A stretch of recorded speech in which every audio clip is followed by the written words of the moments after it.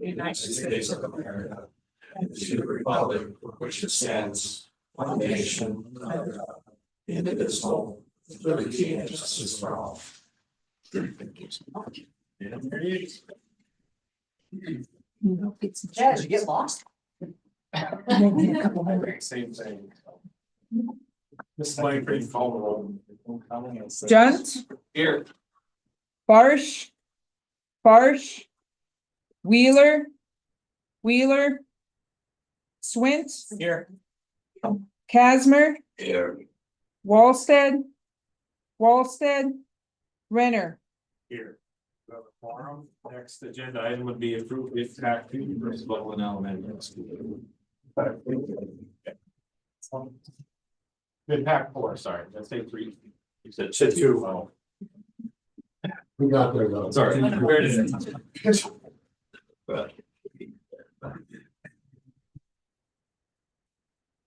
Thanks for having us in. Special board meeting and everything, so appreciate it. Just to recap, well, for the record, I'm Ryan Anderson with J Dunn. And we had, back in the November board meeting, we had requested that we go out for bid, or recommended that we go out for bid pack 4 due to those electrical bids. We had received one bid on time and a second bid shortly out of time, and they were vastly different. Felt it was within the district's best interest to rebid. We got approved to do that, and then we threw the landscaping in this bid package 4 as well, since we didn't receive any landscaping bids. So I don't know if you can pull up that J Dunn cost summary document? Sure. Or do you all have it there? Do you need it on the screen? I think we should all have it. Okay. You could still get it like on the screen, Mr. Smith doesn't have a computer. We have it as an attachment, so. Thank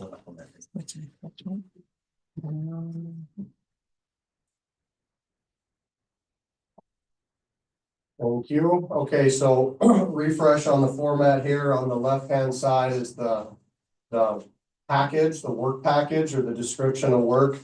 We have the proposed trade partner listed there. The total column is our current total. Previous is what we've been carrying for our overall estimate, and the variance is the difference. And then we have a bid package 1, 2, 3, and 4 column. So 1, 2, 3, those are done, and we have executed GMP amendments for those. So if you would scroll down, please. The items in yellow are what was bid and being presented today. So the total on the far right hand side, $4,644,494. And when you add that with amendment 1, 2, and 3, the final guaranteed maximum price is $41,424,107. All along, we've been carrying that estimate of $47,007,459. So total construction cost under budget of $5,583,353. And it's, I don't want to say amazing because that's a strong word that I really reserve, but it's when you 47. When you get competition and multiple bidders and things. So that's, we, estimated this at what the market, and the other thing is that inflation has really flattened. And so our original estimate that we've been carrying through was indicative of what we had been seeing in the market prior. And we got multiple bids, like there's 7 drywall bids, for example, and that's a scope that we get 2, hopefully 3, but usually never more than that. A lot of projects around town, we've been getting 1 mechanical bid, 1 electrical bid. We got 2 bids on each of those scope, which is big. And that's what's, opened things up here. And then with escalation flattening, really great time to bid this project. So feel like it's good news. We did not we did not cut any program or do anything like that. You know, we have a couple alternates on the table for some soccer fields that are not included in the project right now. But otherwise, the pre-K got in there, square footage got in there. The right size classrooms and amount of them are all in there, like nothing was cut from the program, so it's just a gigantic win, we feel like. Oh, Yeah, again, for the record, Nick Lippert with JLG Architects. Again, reiterate, I think going through this process from where this process started, and always balancing wants and needs and projects, I think we got absolutely everything that was needed for this program. We got a couple of wants that we're gonna be helpful to think about the future for the community and for the district. So we're really happy. I mean, the quality will be there in the structure as well, so normally coming this much underneath the project budget, it's almost as painful as this to come in over, because you know you left something on the table. I don't feel like we left anything on the table with this project. Talking about the soft costs, so outside of the GMP numbers, you'll see on the total project summary, budget summary sheet, those items below, I did highlight a handful that are in yellow. And those, just to identify that those are still being worked on to be able to be nailed down specifically. So things like FF&E, that's under design right now. We're holding $1.2 million for that. Scope, technology, same thing. We've got a good estimate right now, but we're working through a final package for technology, same thing with security. You'll notice some differences that went up from last time we talked about. Playground equipment went up roughly $200,000. That was generally due to the fact that we had some scope inside the contract that's going to be better for the district, the scope to control directly. So that's now a direct owner cost, not through the GMP number. The infrastructure development, that was one of the larger ones. If you notice that conversation with the city of Williston about what the development of 13th Avenue, that street construction split would be. Right now, we're trying to be conservative. Their process is they're looking to go out to bid in January, get bids back in February. At that point in time, that's when the agreement between the school district and the city would take place. We had some room in the budget. We felt it'd be prudent just to make sure that for the success of the project, we hold some contingency in that line item. And then also, right before that, right underneath that, the mechanical electrical commissioning estimate, that went up a little bit based on some recent quotes that we've gotten lately. And with the exception of that infrastructure development, we anticipate the other items to be nailed down and have solid budgets estimates by the end of February going forward. So again, all that totaled up, the project now sits at $50,172,494, which equates to roughly $4.8 million under the $55 million project budget. So had a little bit of upturn in soft costs to make sure we have some project success.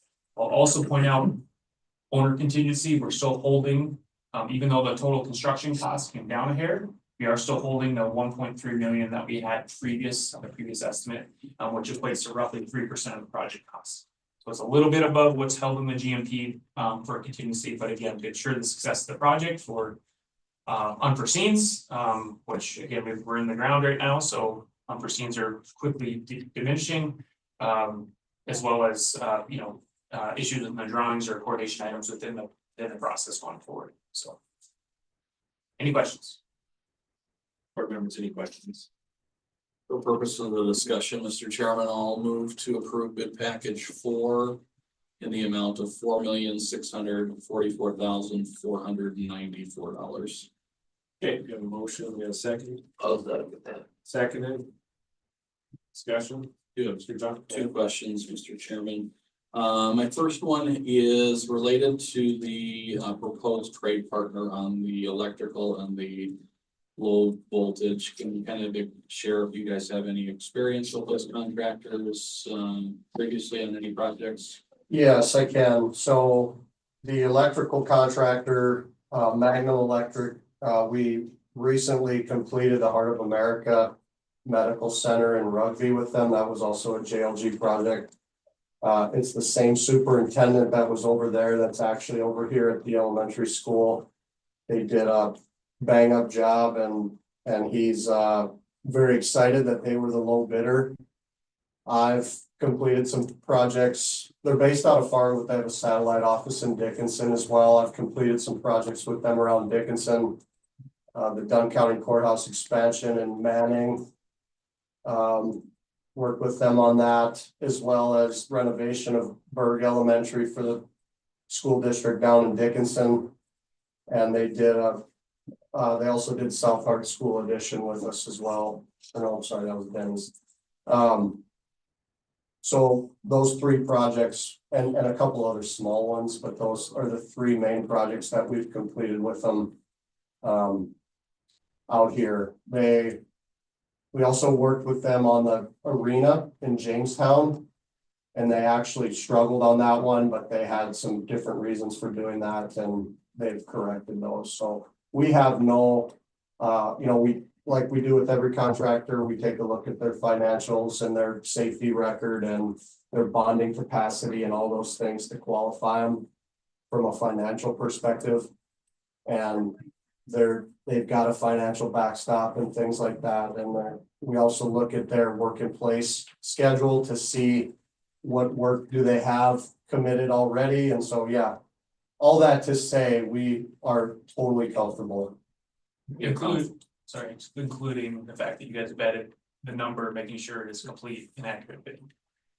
Yeah, we asking questions, and finally getting to the point where we have to say, you are significantly low. You're telling me that you have a complete scope. You want to take one more look at this and make sure you've got everything and they're confident in their number. They haven't moved their number. So you're confident in their ability to. Confident, as 100%. expected within the scope of their bill. Okay, yes. thank you, Mr. Chair. That's all I have. Board members, any other questions? Okay, if there's no more questions or comments, I'll ask Mr. Langford to call the roll. Swint, Aye. Casmer. Johnson, Aye. Renner. Aye, motion passes. We're on to Dr. Katie. I just want to remind the board that based on the final GMP number 4, the overall project guaranteed maximum price will be on the agenda January 6th for board consideration. As far as No, that's this meeting here. That's the motion we needed. We'll issue amendment number 4. And that will lock in the guaranteed maximum price. So They don't have to officially approve the overall. Mr. Renner will have to sign the document when it comes through. Next agenda item would be number 5, follow up on the Williston Basin Career Technical Education Facility. Yeah, Paul with the UTC is going to come up here and sit with me on this as well, but just want to again, thank you for, this was when we knew we had a special board meeting for this amendment for the elementary. I had requested that we be allowed to come in and give an update on this. And so thank you for granting us that. Obviously, the vibe at the board meeting was, this stuff all needs to get done very quickly, and I want to just give you some updates on that. There's, also maybe clear up any misconceptions or misunderstandings of anything that was or wasn't presented there that night. So I'm looking at 4 issues. And bear with me, and you tell me if I need to make this shorter, but to give a thorough update of all this, especially the hot water, I'm looking at about 25 minutes. And is that too long? Board members, can you make that work? Yeah, okay, Okay. thank you. So it's the frozen water lines in the culinary lab. It's the unreliable domestic hot water. It's the induction plates in the culinary lab, and it's the electric ranges in the nutrition lab. So if you want to go to that first. Yeah, can you zoom out on that a little bit? See here. Big mouse. So there's a planned chase in the lower left-hand corner there. And if you don't I don't want to assume everybody knows what a chase is. It's basically a shaft that's purposely built there to put mechanical piping and ductwork and things like that into where it doesn't fit inside the wall, but it needs to be there. So in that chase in the lower left-hand corner, the water lines come down there to feed the sinks on the left-hand side. And they go down the chase and under the slab right there to keep them out of the exterior wall, because you don't want to put water lines in an exterior wall to keep them from freezing. Also in that chase is a rain leader that drains the roof in that area, and it's a 6-inch pipe. And it's a drain, so it's exposed to the outdoors. It's about 18 inches above the grade, and it's a big pipe. So it lets a lot of cold air in there, even though it's insulated. There's no air circulation in that chase. And so that is what was causing those water lines to freeze. We took a thermal imaging camera to it and saw that even on a not very cold day, it was cold in that chase. So our solution was to cut 2 transfer grills on the lower end of that chase. The chase extends above the ceiling and it's exposed up there. And so that's going to allow conditioned air to circulate through that chase. And so we're very confident that that issue is resolved. The second one is unreliable domestic hot water. And again, this is a big can of worms, and I will come back and probably speak to the drawing. But the reason I say unreliable is that it's not entirely non-existent. At times it's available, other times it's not. Sometimes it's at discharge temperature, sometimes it's not. Sometimes you let the faucet run there for a long time and the water will get there, and sometimes it doesn't. So without a doubt, it's not functioning as intended, but it's not because we hooked a hot water line to a toilet or did something egregiously wrong. We installed the CTE domestic hot water system and is installed per plans and specs. And so what does that mean? Well, we did not provide any new water heaters or circulation pumps or expansion tanks or anything like that. The design was to tie the hot water line, the cold water line, and the recirculation line to the existing pipes in the existing high school building.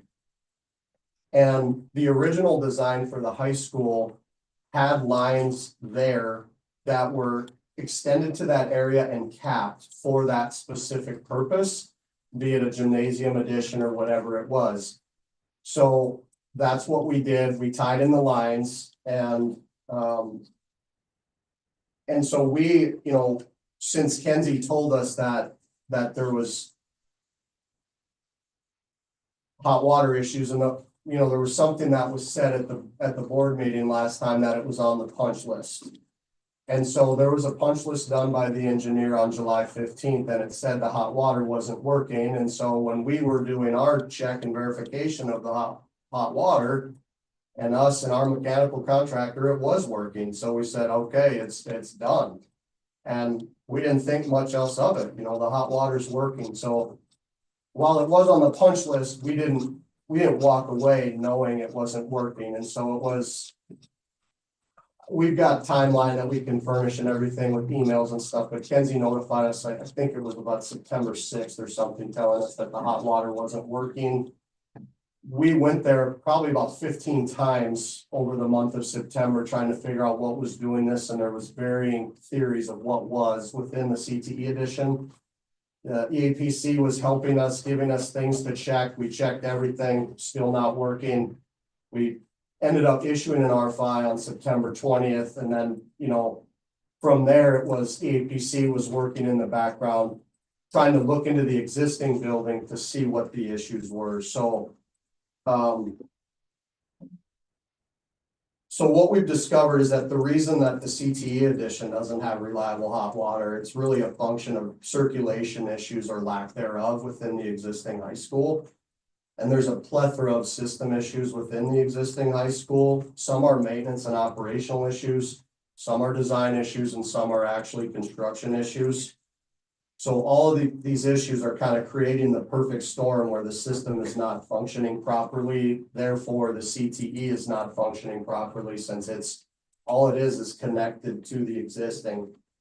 So we've spent a considerable amount of time in the building since that board meeting.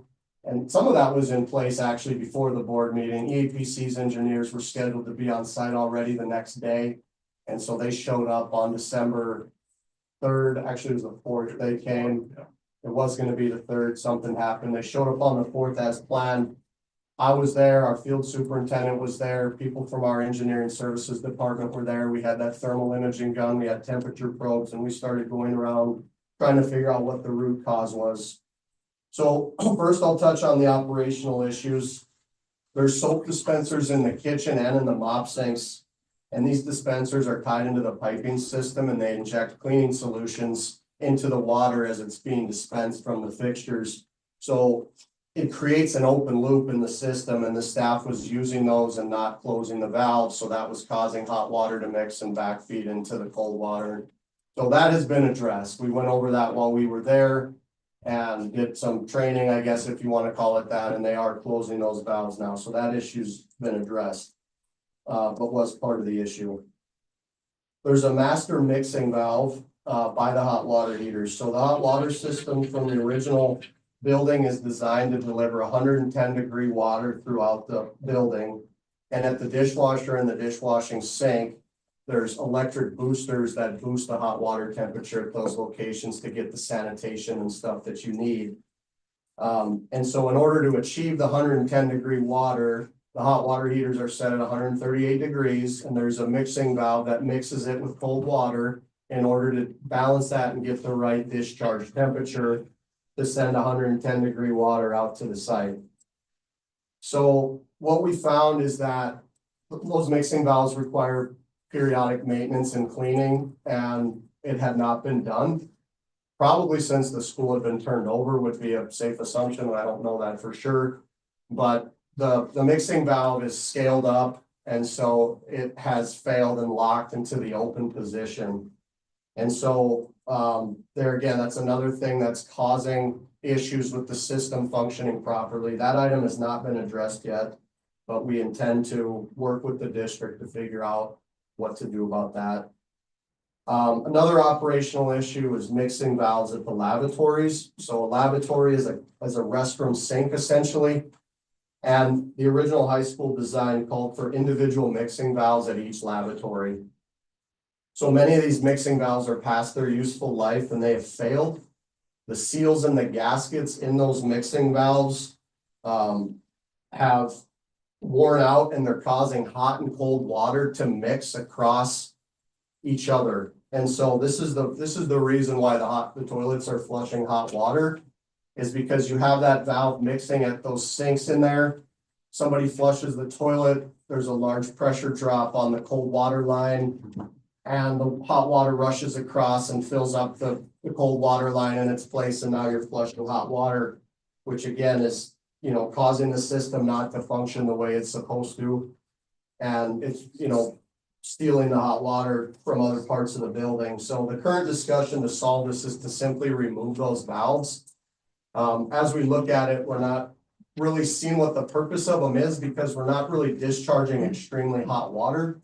So we don't really need to mix. If the system's working the way it should at 110 degrees, we shouldn't need it. At the main mixing valve, we shouldn't need a separate. So that's the discussion right now, is to just remove those and take them out of the equation. That has not been done yet. So then I'll touch on the construction issues. So back to the master mixing valve. We looked at the piping closer on that, and we looked back at the original detail for how to pipe that mixing valve with the hot water heaters, and the detail had some missing information that the plumbing contractor took upon themselves to fill in the gaps.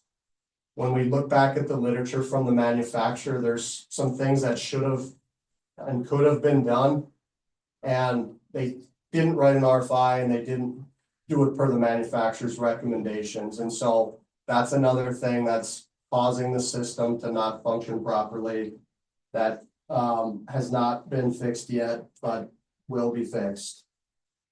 And then system control valves is another construction issue.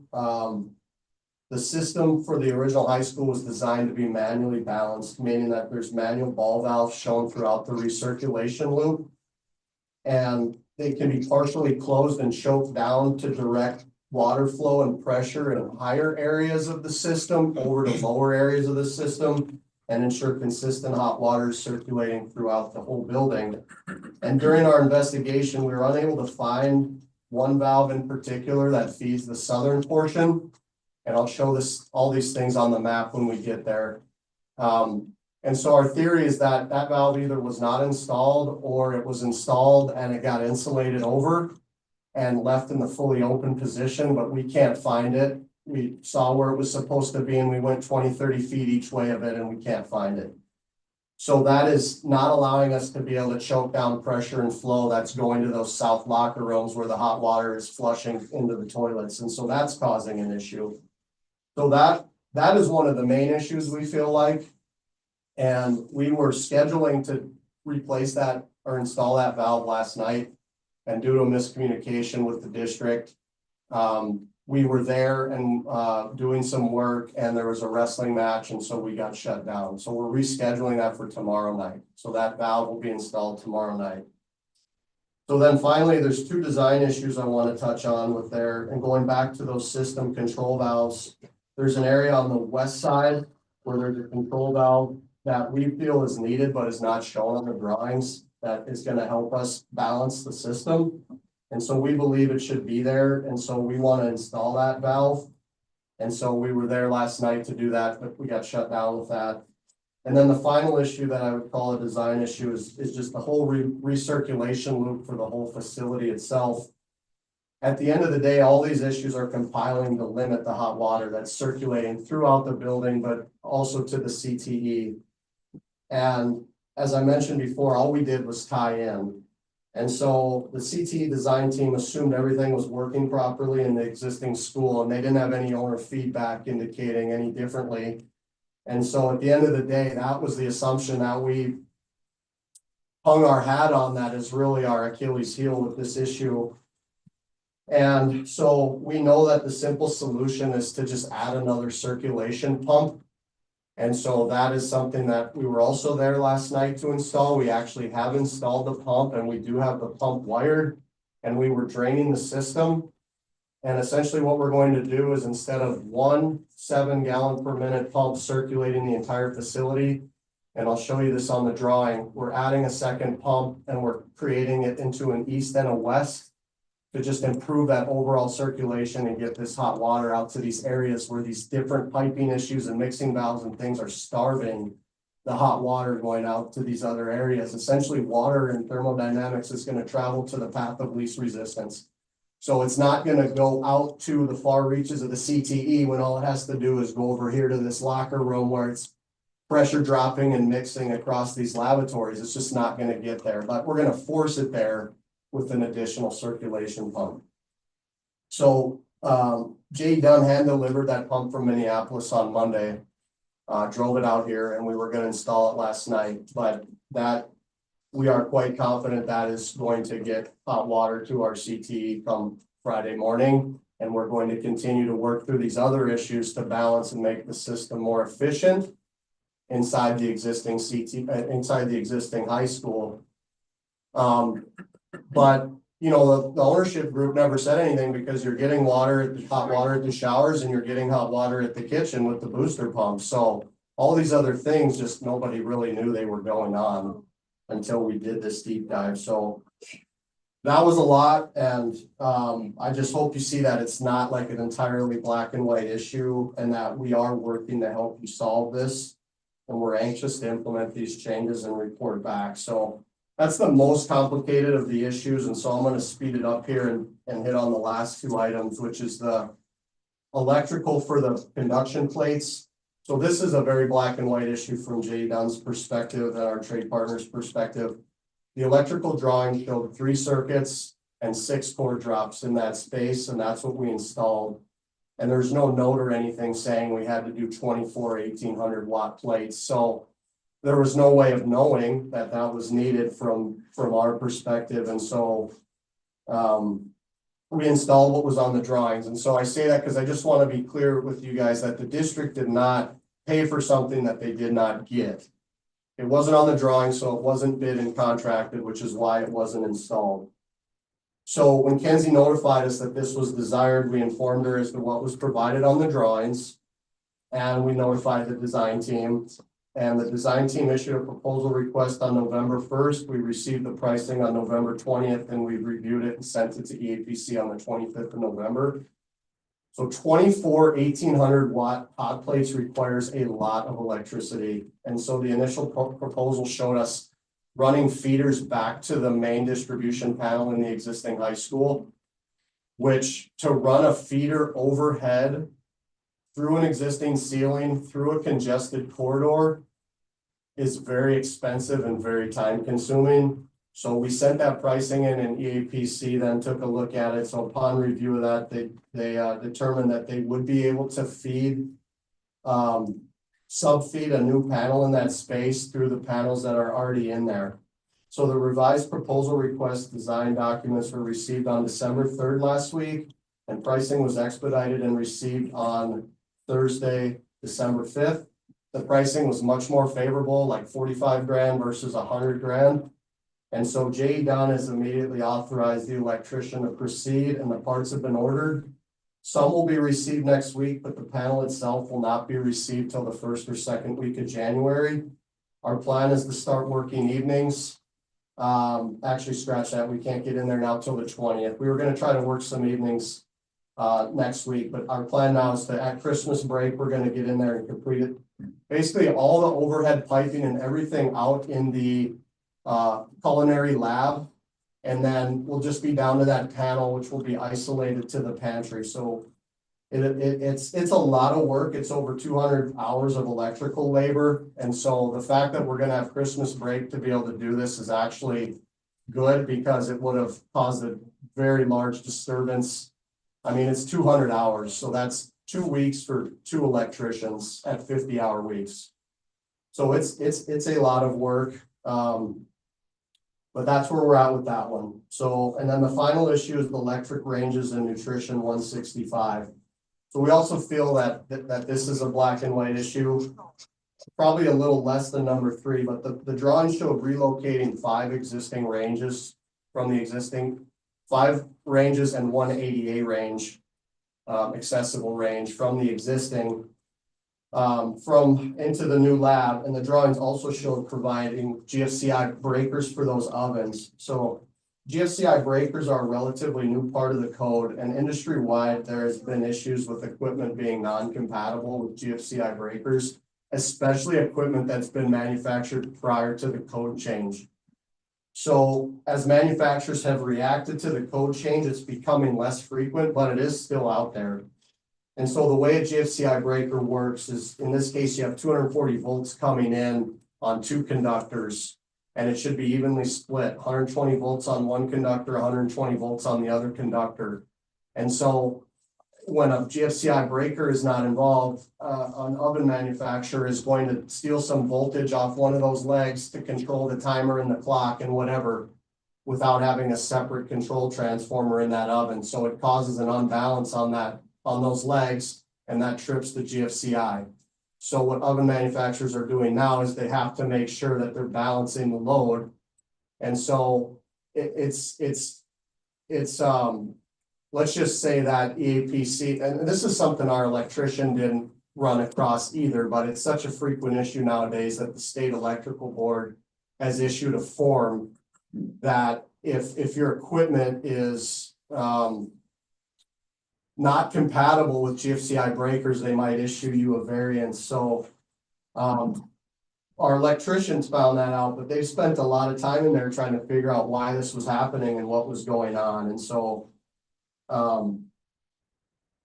it was really unknown during design, and it's let's pretend that EAPC had better visibility on it during design. They could have submitted the variance form, but there's no guarantee that the state board would have even approved the variance, especially being that it's new construction, it's not a remodel, and it's a school. So you still ran that risk. So, and apart from approved variance, EAPC has to design per code, and they did, and that's what they drew. And so that's what we installed. The only guarantee was to buy new ranges that were manufactured after the code change. And as again, you can imagine, a code change comes out, and that doesn't mean like overnight manufacturers can respond to that. And all of a sudden, right the next day, they're issuing ovens off the production line that will have a balanced load and not trip a GFCI breaker. So I think we're far enough past it. My understanding is that the district has bought 6 new ranges at a cost of approximately $3,000, and they're installed and they're working with the GFCI breakers. But I just want to be clear, this is another instance where you didn't pay for something that you didn't get, you know? So if we can, any questions with that, I can surely explain anything on the drawings there. I don't know how much time I've taken. It feels like a lot. I would just like to add one more thing about the range issue. At the best we could have done, we didn't have all the information of the ranges that were coming over.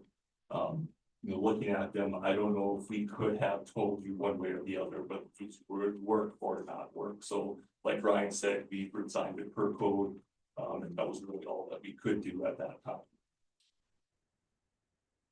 So, I mean, pending any questions, I guess, I hope this helped. I would request that the board make a motion to release our pending payment of $717,584.33. Keeping in mind that this amount doesn't include any amounts that account for any of these outstanding issues. And we've shown good faith in working to resolve them. I would also like to ask you to reconsider compensation to J Dunn for payment on these items based on the information presented. We have fulfilled the scope of our CTE contract, and we're working in good faith to get them resolved. And in addition, I would like to point out that J Dunn recently returned $79,829 in cost savings to the district for this project. This was issued in the form of a deductive change order via change order 4 dated November 11th and was fully executed on November 20th. If J Dunn had expected that we'd be liable for these items, we would not have returned the savings, as these items are considered cost of work for the terms of the contract. And in addition, I want to remind the board that this project is over $1.5 million under budget when considering the additional $3.7 million received from the state for increased inflationary funding, and per an email received from the then business manager, Kent Anderson, on April 22nd, 2024. Total adjusted funding sources for the project totaled $23,917,815. Our contract value per that change order 4, $20,453,891. Design and engineering services at $1,210,985. And owner provided fixtures, furniture, and equipment at a budgeted $725,000, which I believe Audrey came in well under, for a total expenditures of $22,389,876. or a difference of $1,527,939 under budget. So if you tell us no, we're proceeding, we're already incurring the cost. I would appreciate a motion to release our payment, considering none of these items are included in our contract. And if there's any future consideration on compensation or whatever, I just want to throw it out there that we did return $80,000. And these items were not on the drawings, and we did what was on the drawings. I will acknowledge that we have some issues in the existing CTE that we're partly liable for, but not fully. So that's all. I've talked a lot, so take any questions. Mr. Anderson, Mrs. Brown, did you have something? Yeah, my only comment, thank you guys, that was very informational from my standpoint as well, and took away some frustrations of the timeline. My frustration with the ovens is taking away classroom time and education that we've lost. The students were in there making biscuits and gravy this morning, everything's working great. But we did lose that semester, it felt like, which was frustrating. But I understand you guys, no one knew that. This is what had to happen, we bought the ovens. With the culinary arts, again, I wasn't in those initial meetings, unfortunately. But from everything I've gathered, we've had extensive conversations. My culinary arts teacher did say we need 24 students in there, able to cook. We had the induction burners. Those were brought over as well, and then 3 dishwashers. So eventually we will have to have 27 students in there, especially at the rate we're growing. And I had her send over any paper trails. Her frustration was in a lot of those meetings, it felt like no one was listening, like we will need to be using these. She said those were face-to-face meetings, or virtual meetings where people just weren't listening, and I think that's the frustration. And I did have her send me over an email where she sent to Audrey and said, these EAPC is not listening to what we need. And that was forwarded over. So I think that's just where a lot of the frustration and the timeline came from. Not at you guys did great work, we appreciate the building, it's amazing, the students are loving it. I just wanted to bring that up, that's where it came from. So totally understand. I mean, I understand why the frustration boiled over.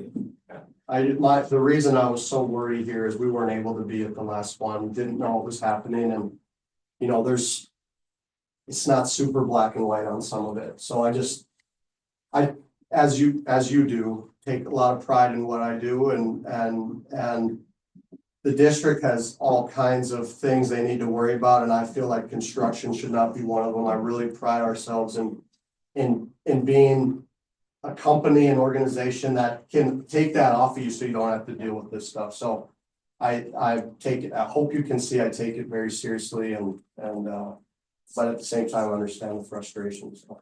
Yeah, and we do see that. And to respond to you, Kenzie, a little bit, you know, we were listening, we have it in our notes where we did have, and we accept that we just missed that part, in the drawing center, so. You know, for that reason, EAPC, you know, we're not asking for anything right at this time. We do want to have some further conversations with you about how we can handle this in a fair manner. But for right now, we are just going to, you know, support to get it done and get it fixed for you so you have an operational building. And just a note, you know, we did have a little bit to bill on our invoices on our contract yet, but we haven't invoiced since September, knowing that some of these issues have been going on. So we've been just trying to operate good bit to and just holding any requests for money until we were able to get some of these things figured out.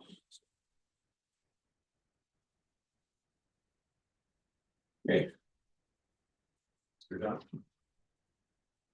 Thank you, Mr. Chairman. So if we could just summarize the four issues, I just want to make sure that I'm clear here. So the frozen water lines, you believe that is 100% resolved at this point in time? Correct. The hot water issues, when do you expect that to be fully resolved and fully functioning? Friday morning, if all goes to plan and we don't run into any snags, and you know, what we're seeing as the proposed fix will work. And then there'll be more time to work with Eric and his team to remove these mixing valves and do things that are really just creating a lot of inefficiency, just causing those hot water heaters to run way more than they need to. But if we add that additional circulation, they can keep up. They're big and there's a lot of hot water there. So adding these two valves and this circulation pump that we were gonna do last night, but we got shut down, now we're gonna do tomorrow night. Come Friday morning, we are very confident that we are going to have hot water circulating to all parts of the building the way it should. And the electrical items? The item number 3 on the induction plates, the parts have been ordered. We're gonna do a lot of the work over Christmas break as much as we can, but the actual panels don't come till early January. Once those come, we'll need about 2 days to get those turned up and installed. It will keep us isolated in that pantry, so it shouldn't be very disturbing. So, early January on that one, and then issue number 4 with the ovens. Everything's already working, so it's just a matter of, you know, the $3,000 cost of the ovens and the motion that was made, and you know where you guys are at with that. But Personally, Mr. Chairman, I stand by the motion that the board has passed at this point. I don't think the board should be authorizing any sort of remittance of retainage that is out there until there's a global resolution on this, and these items are 100% satisfied to the district's satisfaction. I think we were very generous early on in this project when there was unauthorized change orders and work that was done related to the excavation to the tune of, I think, $300,000 to $400,000, if I recall. We approved painting that, and I think that was very generous on the board's standpoint. So this district has did over, I would say, easily $100 million of work with Jay done at this point in time. I don't think it's unreasonable for us to expect that these items are resolved 100% before we consider any future payment on it.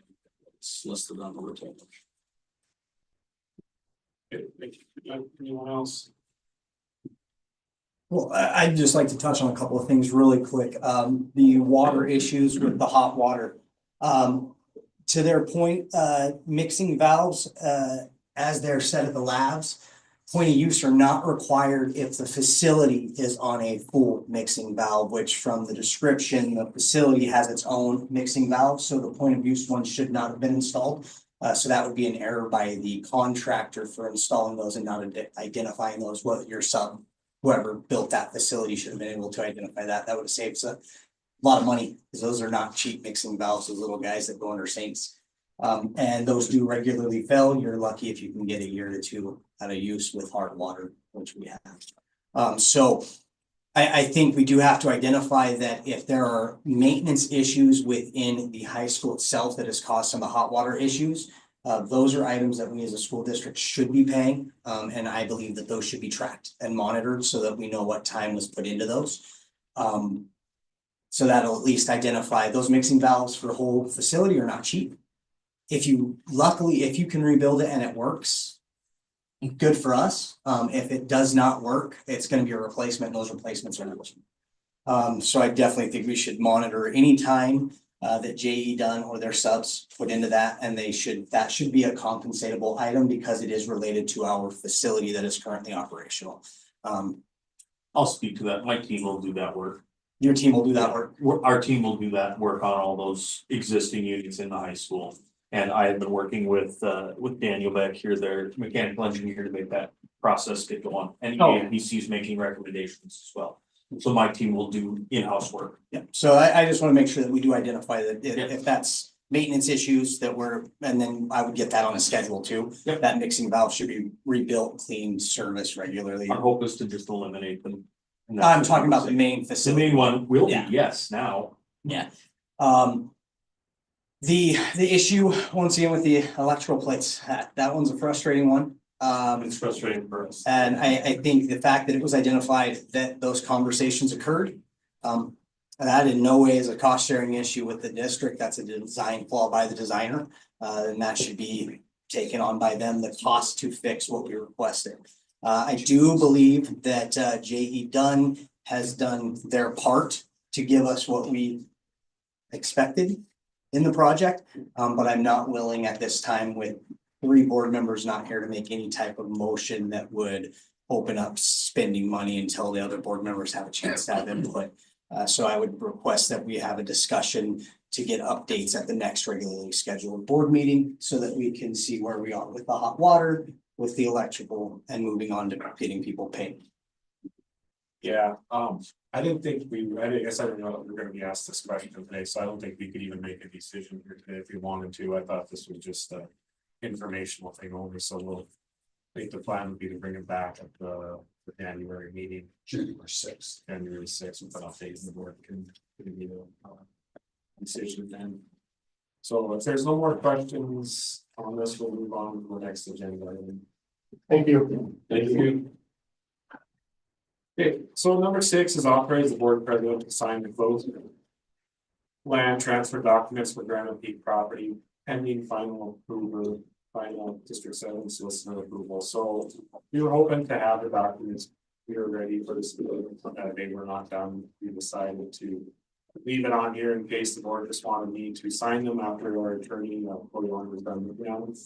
So I guess your option here is give me authority to sign it, or we can just wait until it's done here next week or 2. We can come back to a special meeting. I'll give you the authority. I would like to get ready to the authority to sign the document. Okay, we have a motion, is there a second? I'd amend the motion to say that it be provided to the board members prior to signing. That way, if they have any questions, response can be given and the change needs to occur. We'll probably need a second and then we can have that. Second. So, and then we can, then you can make that amendment now, if you like. Yeah. I'll make it. Okay, so we have an amendment to require the board president to give the closing documents to the board members before it is signed. Second. Okay, we have a second there. Okay, any discussion? Yeah, I will just give it to you guys and, you know, a couple days, 3 days, probably, as long as we should have it.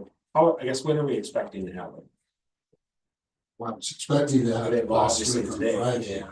However, that didn't come to fruition, so I do have another call out to Terry, because it's in their hands at this point. So as soon as he responds, I can shoot an email to the full board and let them know.